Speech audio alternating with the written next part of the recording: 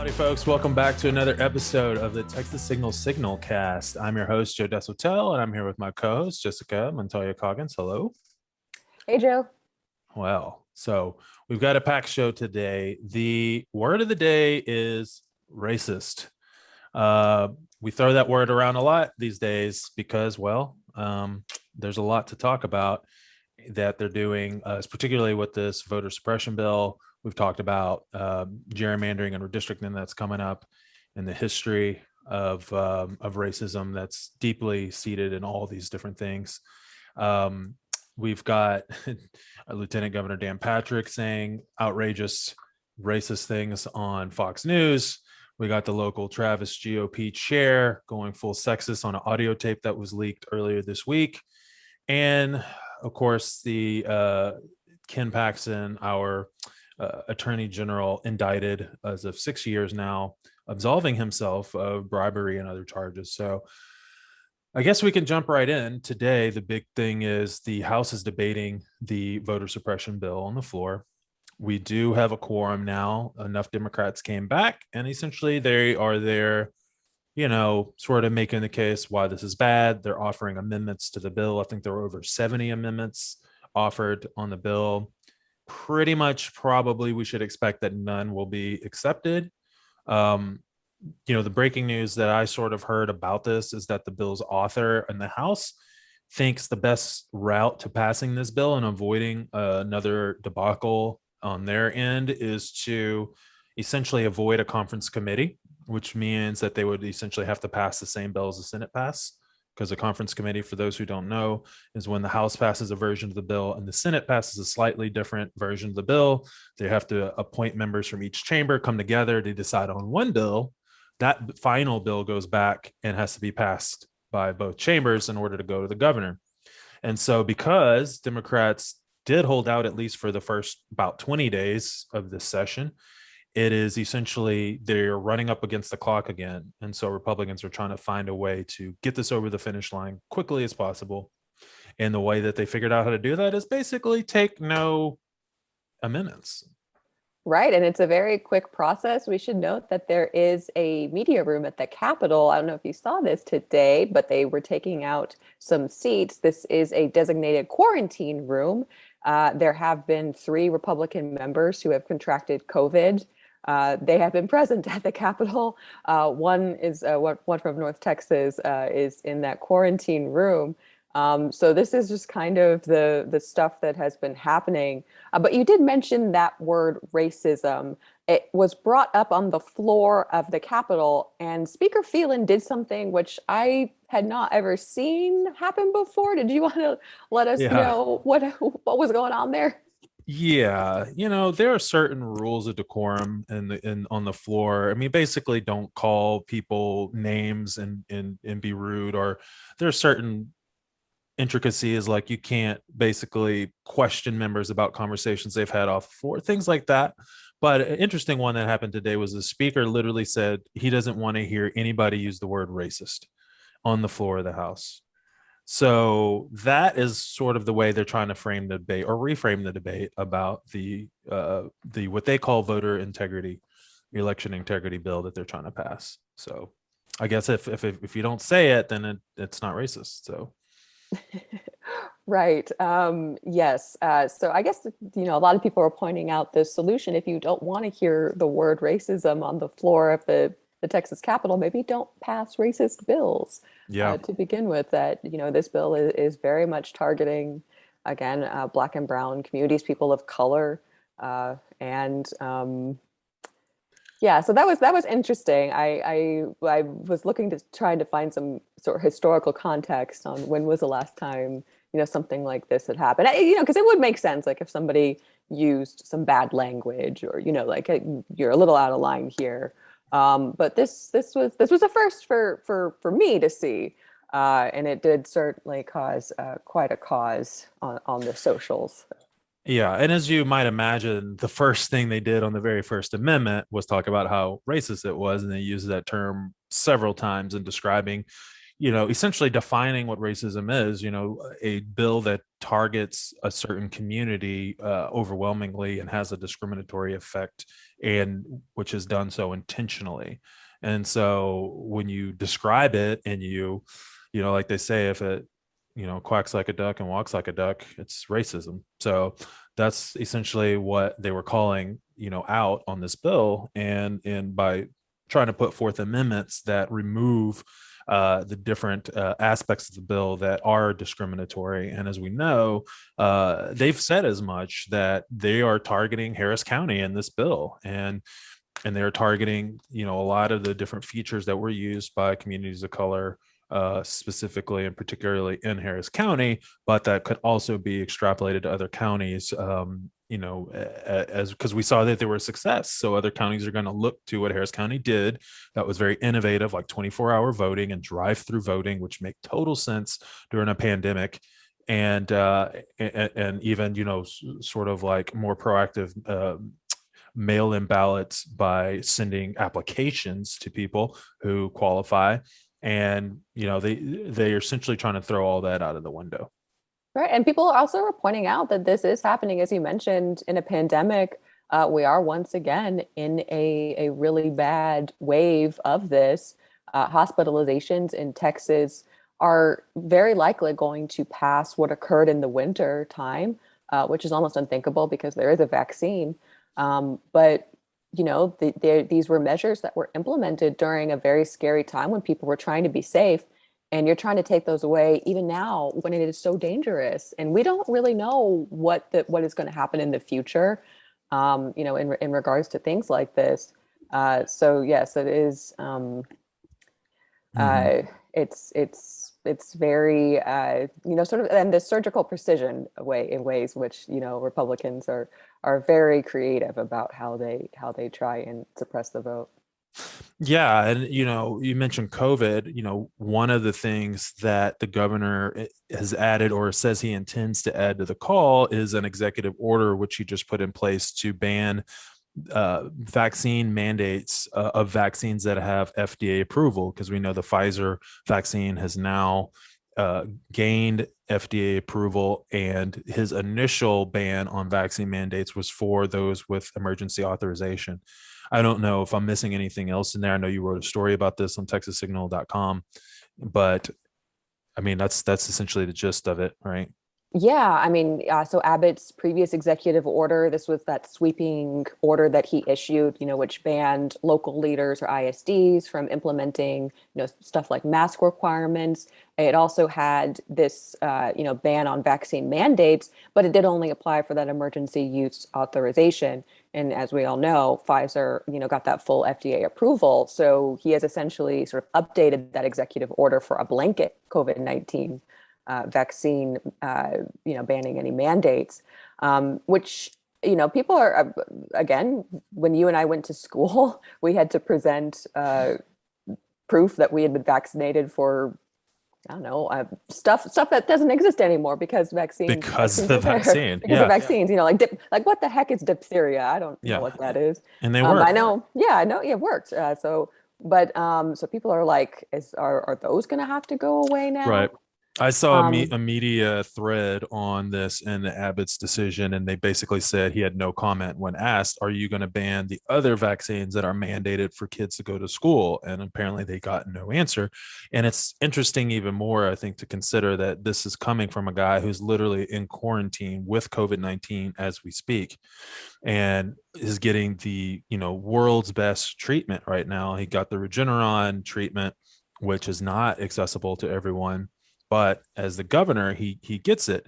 And so, this is part of a long list of things that he's done essentially to help the spread of COVID, banning vaccine mandates, banning mask mandates, but also stating all the while that there will be no more lockdowns. Now, he can say there won't be no more government mandated lockdowns, but that's not preventing other businesses and things, and especially from out of state, from choosing not to come to Texas or do business in our state because of COVID. We saw even the NRA is not coming to Texas right now, ironically, because they feel unsafe. And It's probably for the best. They're kind of bankrupt anyway. They y- gotta save pennies where they can. yeah, they may be trying to save face there, right? But also Amazon had a conference and that was scheduled for Houston, which is now completely virtual. There was another real estate conference that decided not to come to Houston. So this is having a hugely adverse effect on our economy, and even more so when it comes to local governments who are pushing back on him, defying his orders left and right, suing him in court. Well, there was just a rural county outside of Austin. It's actually a Kaufman County school district. The entire school district had to shut down classes and quarantine the entire school district because so many of their staff members have tested positive for COVID. So it's not like it's theoretical anymore. In the initial strain looked like kids were for the most part getting a pass. And so people were excited last school year to get kids back in school, but that's just not the case with this new Delta variant. And there are even more variants that are on the horizon, it looks like. Correct. And, a lot of the health administrators have basically said that about a quarter of COVID hospitalizations right now are children. So in addition to, as you were talking about, these venues and places having to shut down or conferences not coming, a lot of the youth football games have been canceled. This Wow. weekend was supposed to be kind of the kickoff for a lot of games. So And they've Friday night lights out, huh? right, Friday night lights out. And it's very scary. I was talking with the parent of a kindergartner. She's in Richardson ISD, which is just north of Dallas. They do have a mask requirement, but the class next to her daughter's, there was a COVID case, and so now that little pod is in remote learning for a few days. But this is just sort of the things that parents are having to deal with, and that Abbott, again, I don't know what else, if he was getting paid by coronavirus, I don't know what else he would be doing differently. As we mentioned with the new updated ban on vaccine mandates, he's also requested that for a special session, to be added to this. So I mean, we're kind of headed in very dark times. Again, the hospitalization rate is getting ready to likely pass what occurred in that Yeah, horrible wave in winter. absolutely. Yeah, we are almost approaching, I think, 14,000 hospitalizations in Texas, and so it's unfortunate. And yeah, I mean, we are. Yeah, it's just gotten really bad, and it's only getting worse, and it's hard to just even fathom who his audience is at that point. I mean, we know it's his primary voters. I guess that just says a lot about the state of politics in Texas right now, that he doesn't feel the need to represent the majority of Texans, because polls show that people want these mask mandates in school. They want their local authorities to be able to have these tools in place to protect the community.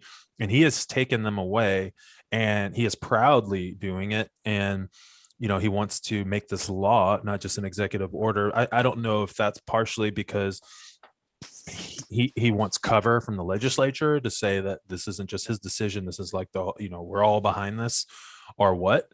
But when I see him, promoting this stuff on social media, I mean, he's getting ratioed pretty bad here. I mean, he may have 1,500 retweets or something, but he's got like 3,000 replies. And you look at those replies, and they are not in support of what he's doing. And so we're seeing the defiance across the board. It's not just, heavy Democrat urban areas. We're talking suburban areas, rural areas, all defying him. And I just, and you see these little blips at these school board meetings of these people that basically look like the same people that were at DC on January 6th, raising all kinds of hell, getting dragged out by the police for, essentially making people feel very uncomfortable at these meetings and being out of order. And it's A lot of them don't even have children in kids in public the school. Yeah, schools. exactly. um, that's Exactly. it's yeah, I saw an interview up in Plano ISD, outside Plano ISD. Plano is just north of Dallas. Yeah, and they were talking with this guy, and Well, first, I mean, I don't know. He was like in his late 20s, and I just always kind of side eye adults that are just hanging around schools Yeah. with no kids. But he was just, he was going on, and I mean, it did, like, if you heard what he was saying at like a bar, you would try and take his keys away because it just is that unhinged. Hmm. Going on and on about liberties Yeah. and freedom, which I don't know, just wearing a mask over your mouth and nose, and that doesn't seem to me like you're really losing that much freedom, but whatever. Right. I think it's hard to enjoy your freedom when you're dead. And I think that's I don't know what it's going to take for these folks. Like, it's this Trump's, vaccine. I mean, it's like literally the one good thing Trump did was, Operation Warp Speed and making sure that we got these vaccines out as quickly as possible, even ahead of FDA approval, because that's how dangerous this thing was. And, I saw Trump speaking at a rally recently in the past week, maybe, and he was very sheepish and bashful. Basically, he's caught between like wanting to take credit for the vaccine, but also knowing that it's his own people who don't want to take it, and he's still No, and trying they're to encourage yeah, them to take it, though. and they're going like there's a very extreme lengths. I mean, people are taking a horse dewormer. Uh, Yeah, I don't know even know how that started. That it helps. It does not.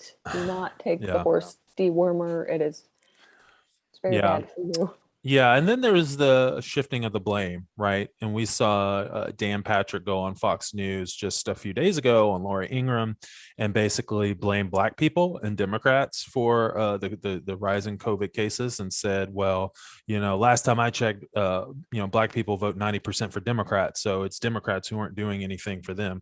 But the fact is, in the counties where we're seeing these are, it's a lot of Trump country that is not getting the vaccine. And the fact is, the numbers of Black people who are unvaccinated, really just in the whole population, don't comport to that narrative. There's just simply, we're not big enough part of the population to be the problem here. Yeah. Well, And the rate of vaccination among the Black population is actually higher than it is for the white population.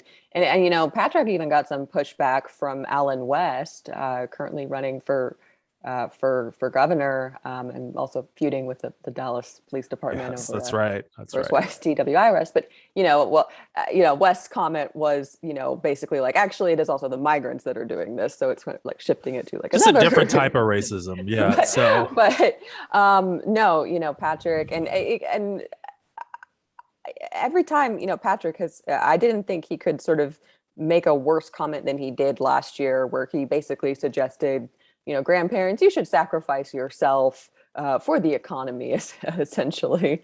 well, I When mean, it seems like they are to some degree, those that are listening to them and believe this. And every day there's a new story about somebody who didn't get the vaccine, who swore that, it wasn't real or this or that, and they're on the ICU bed or something, taking up, space when people can't get, other life-saving treatments, and care, or go see their loved ones who are receiving, care in hospitals because of the condition of the hospitals. And so it's really, yeah, it's pretty outrageous what's actually going on. And the the guy you mentioned, Alan West, who is the former GOP party chair and now gubernatorial candidate, it's ironic that he hit back at Dan Patrick for his racist comments, because Alan West himself is Black, but he did so from the opposite direction. He said, I'm a proud unvaccinated Black man.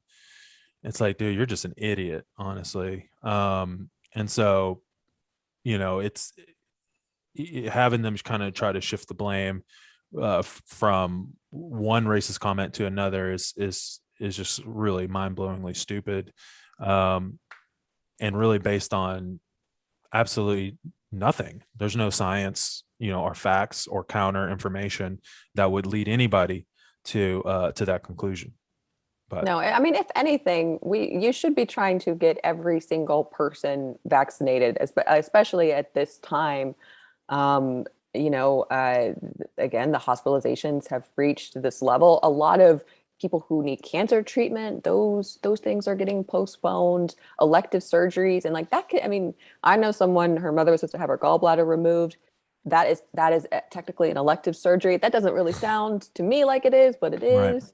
So if you're in, if you require an emergency treatment, like if you're in a car crash or you have a stroke, heart attack, you might Yeah. not have that ability. So to sort of have this sort of blame game at this time, it just feels very gross. Yeah. And we're kind of at this juncture where I don't really see an end game, what the end game is, unless it is just you know try and ride this out Yeah. and Well, sort of take your chances. yeah, I mean, and the things that they are doing are really morbid, like asking for morgue trucks and trying to import healthcare workers from other states. And there are other states now and other places that are considering and preparing to have to ration care.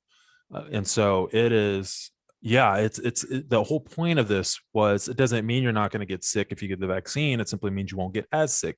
Maybe you avoid going into the hospital altogether. And that is really what the goal is. The goal, obviously is to stop the spread completely, but the vaccine is not there to be 100% panacea. You still have to do certain things. Social distancing is still important. Wearing a mask for that reason is still important. But at the end of the day, the thing that the vaccine protects you against is the seriousness and having to potentially be hospitalized, because those are limited resources. And so there are people, like you said, who have elective surgeries, and he's gone as far as deprioritizing or canceling those. The governor has, and in lieu of taking preventative measures on COVID.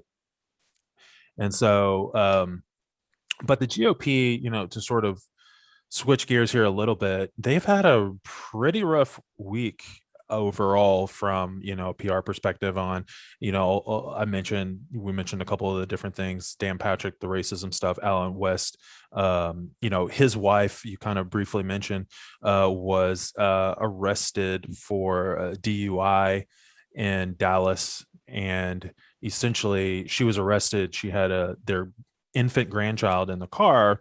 She was arrested because they smelled alcohol. They took her to jail. I think she refused maybe a blood test, or refused the what do you call it, the test to see if she was sober or Oh, the not. breathalyzer. Yeah, it was one of Was the, it, it well, was not the breath. yeah, it was one test that they were doing. Anyway, she refused. They took her to jail, and he is calling for the cops to be fired and for everybody needs to issue an apology. I mean, these are the same guys that want to see protesters run over in the street and like literally have tried to pass a bill to say it's okay to do that. And all the back the blue and Law and Order talk all went out the window as soon as his wife got arrested for drinking and driving. And so they've had a pretty rough week. Now that's the former chair of the state party.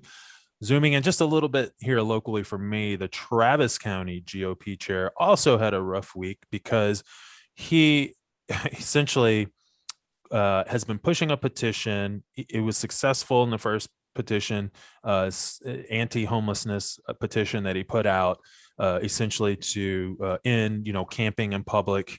And he was successful in that. And so the next thing he's trying to do is tie police funding to population growth. In other words, this is a pushback on all, Black Lives Matter and criminal justice reform and all these different things that are going on. So he got mad at a local Austin City Council member who is the lone conservative and Republican on the Austin City Council, because he tried to take credit for something that happened that was essentially an action of the council. He had no idea that she would push back on that, and she pushed back pretty hard and said, actually, you had nothing to do with that. That was the Austin City Council and my colleagues. We worked on this together, and you're trying to take credit for it. So they had a very public back and forth. And she started feeling very intimidated by him, said he was being overly aggressive.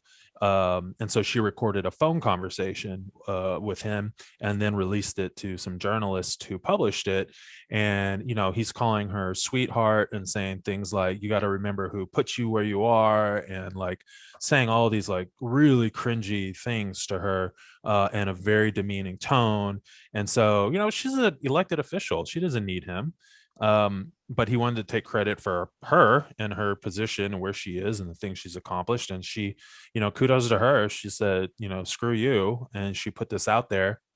And like many Republicans, he didn't even apologize. He just said, well, that was a private conversation. That's the end of the subject. And I don't think there's going to be any real accountability for him. I'm sure it was embarrassing. And I think it changed the way some people felt about him because he had the vice chair of the state party, Republican Party, write a letter back to him, saying, hey, when women Republicans are, have power, we get things done. You need to get with the program, kind of a thing. She also made a point to say that this wasn't about women empowerment. So she wanted you to know that she's not a feminist. She just, supports women Republicans in power. So the way they tie themselves in knots, over this stuff and to like protect misogyny, even when clearly they're being a victim of it, is pretty incredible. It is. It reminds me of Mad Men, which is a show set in the 1960s at an ad agency. But that is sort of the movement there. And just, heads up, guys, just retire the word sweetheart. Nobody needs to use that anymore. No, it's really cringy. I mean, especially to your peer. Now, if you're like grandpa and you're talking to a young girl or Santa Claus, I think Santa Claus, he can. Yeah, sure. Yeah, exactly. I mean, some context matters, right? But there is another high profile Republican who also seems to not be facing accountability, and that's Kim Paxton. And I think we kind of mentioned briefly that Kim Paxton has absolved himself. He put out a report, an internal report that essentially said he is in fact not guilty of bribery and all these other things people have accused him of, including 7 very high profile senior members of his staff who all quit together and said the FBI should be investigating you, which they are. He just wanted to let everybody know that there's nothing to worry about, nothing to see here. Yeah, it reminds me of like when you're a little kid and your parents like, did you do your homework? And you're like, oh yeah, I did. I definitely did. You can trust me on that. So it is about 350 pages. So this will be my light weekend reading for folks that don't remember this. So Paxton is currently indicted and we're awaiting trial for a felony securities fraud case. That was from 6 years ago. This report in question deals with his dealings with a rich donor named Nate Paul. Several members of his staff quit. There was a whole whistleblower complaint that he was using his office. There was abuse of office charges, bribery charges. But don't worry, folks, it's all in the clear. So yes, Paxton has absolved Paxton. Yeah, thank goodness. We're all, sitting on pins and needles, waiting to see the results of that one. Well, that's a lot of not great stuff that's going on right now. Unfortunately, that's where we are. We are still without a candidate. So despite how unpopular Greg Abbott seems to be growing across the state of Texas, we still not have an announced candidate. Although we do have one person who's pretty high profile, who has announced his intention to consider running against Dan Patrick. Matthew Dowd. I'm not sure if you're familiar with him, but I think he's from North Texas where you are. But you might have seen him on like CNN or MSNBC or these, he was kind of a national figure consultant wise, but originally from the Republican side.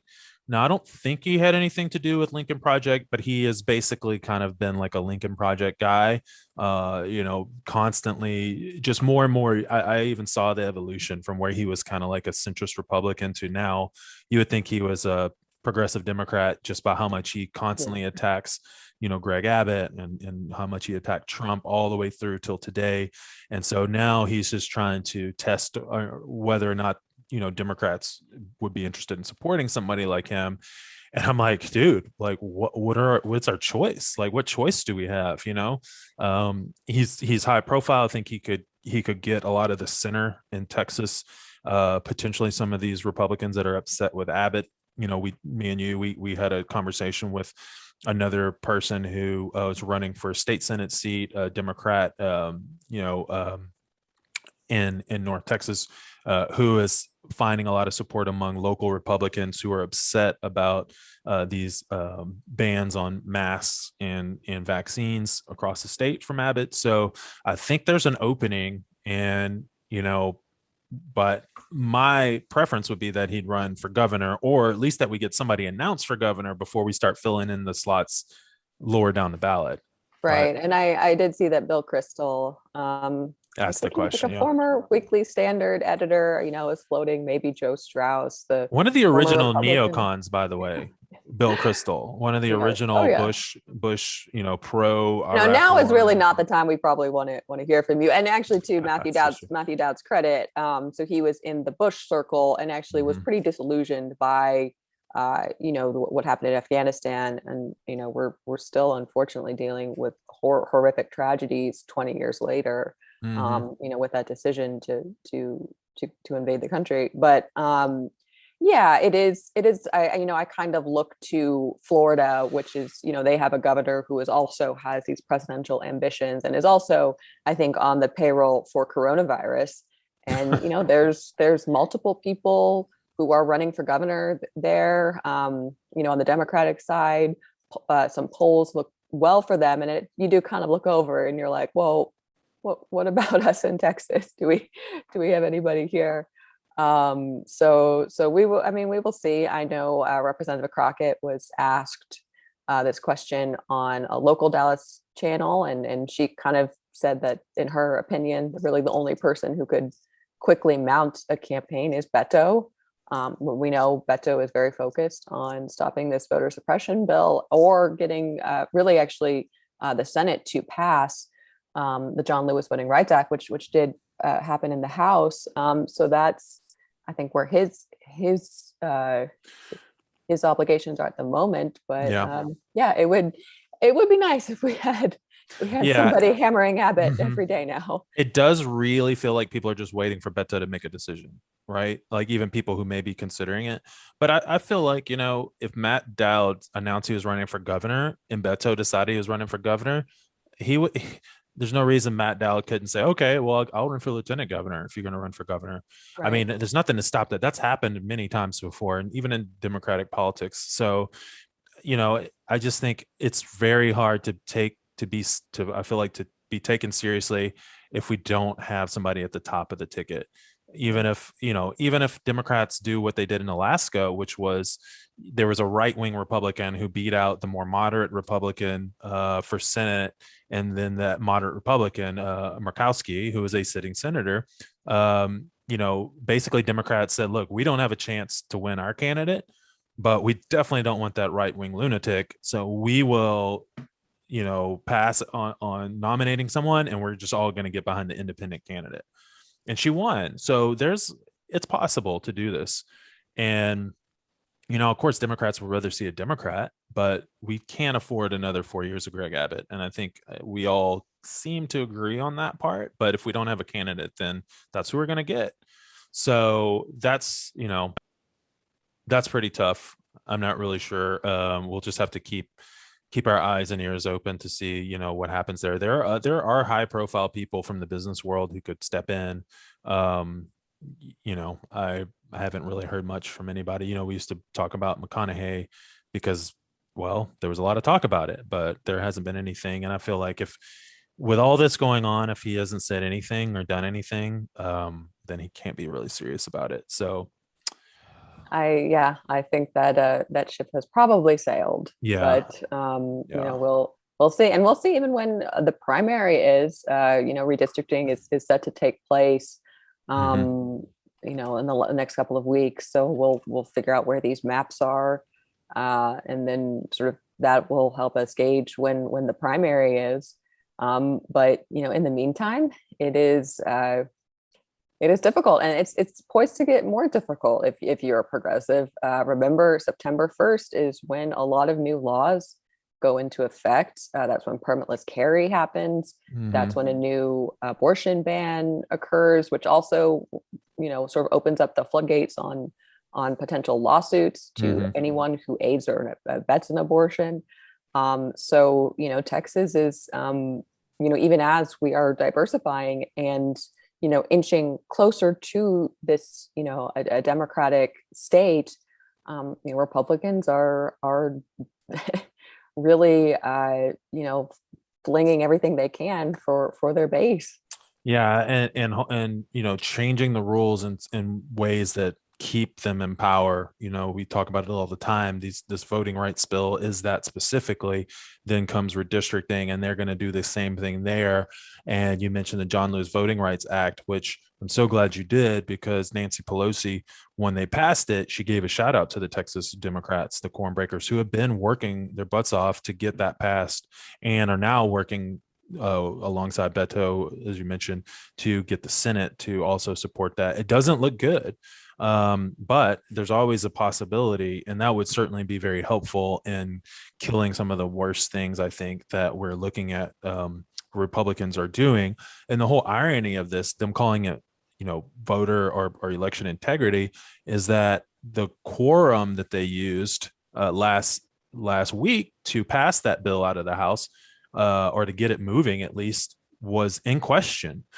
And it looked like there were Democrats, or excuse me, there were Republicans who weren't there on the floor and had other Republicans voting them present, in order to establish a quorum that didn't truly exist. And so that is sort of, the irony that we're seeing here, that they're going to, talk about election integrity, but not even uphold the same principles on their own folks. And then they're going to, of course, oppose the John Lewis Voting Rights Act, which not a single Republican voted for in the House. And it looks like we're going to have trouble getting any in the Senate either. So Correct. not not the best outlook. But the good news is that bill did move at the federal level, and that keeps it in the news. That keeps the focus on who is on the right side of history here. And it's pretty amazing. John Lewis, known as a civil rights hero, was arrested, was beaten almost to death, for fighting for voting rights, and of course recently passed. And so they named this bill after him, and not a single Republican voted for it. So that really just sets the tone for where we are. So we don't have to use the word racist if we don't want to, but it doesn't change anything about the optics of what we're looking at. I'd also recommend for folks, there is John Lewis authored a graphic novel all about what he did in Alabama. Although I guess with our friend critical race theory, they probably can't teach that in the schools now that I think of it. Yeah, I'm glad you mentioned critical race theory, because I found the height of irony is that is also one of the bills that is on the governor's call. So I guess they won't be able to use the word racist, not only in the classrooms, but on the floor of the House either, when they're debating a bill about racism. And this is all coordinated. So that's really the whole point here. Well, anyway, we like to end on good news. So a bit of good news, at least for me and my household, is that we're expecting a little baby boy. So, and yes, in 17 years and 8 months or whatever it is, he will be registered to vote. Yeah. So it may take a while, but we're adding in another one voter more. at some point. Yeah, at least one more. Yeah, exactly. Well, congratulations. That's great news for you and Stella, and I'm very excited for y'all. Thank you. I appreciate that. All right, well, folks, keep hanging in there. I think the takeaway here is that when we fight and we raise hell, things happen, and it takes a lot, out of us, and that's really it. This is a battle of attrition, and we have to fight until the end. And these Republicans aren't used to people standing up to them and fighting, and that's why they're losing their minds right now. And so, as hard as it is, and as fruitless as it seems sometimes, we just have to keep fighting the good fight, and we will eventually win. We will eventually have the numbers, And we need that sort of roadmap for fighting. And we will, I think, in the long run, the what is it? The I guess I don't know what I'm trying to say here. Anyways, I think if they didn't care about your vote, they wouldn't work this hard to stop you from voting. Yeah, absolutely. Yeah, absolutely. They know every vote counts, and so they want to make sure that number is low as possible so that they can get their dwindling support across the finish line with the most votes. So it's our job to stop that and make sure that doesn't happen by making sure the most people eligible to vote actually do have that opportunity to do so. So we appreciate it. One way that you can help do that is by visiting texassignal.com and sharing, all the stories we do that cover this stuff. It's very important. We appreciate your support. You can certainly financially contribute as well by being one of our Patreon members and going to texassignal.com and signing up for that in the top right corner and checking out our new website. And so, we have all of the content that we do across platforms you can access from texassignal.com, whether it's our podcast or our social media channels. It's all right there for sharing and for you. And we really appreciate you listening to this podcast. So until next time, later, y'all. Bye, guys.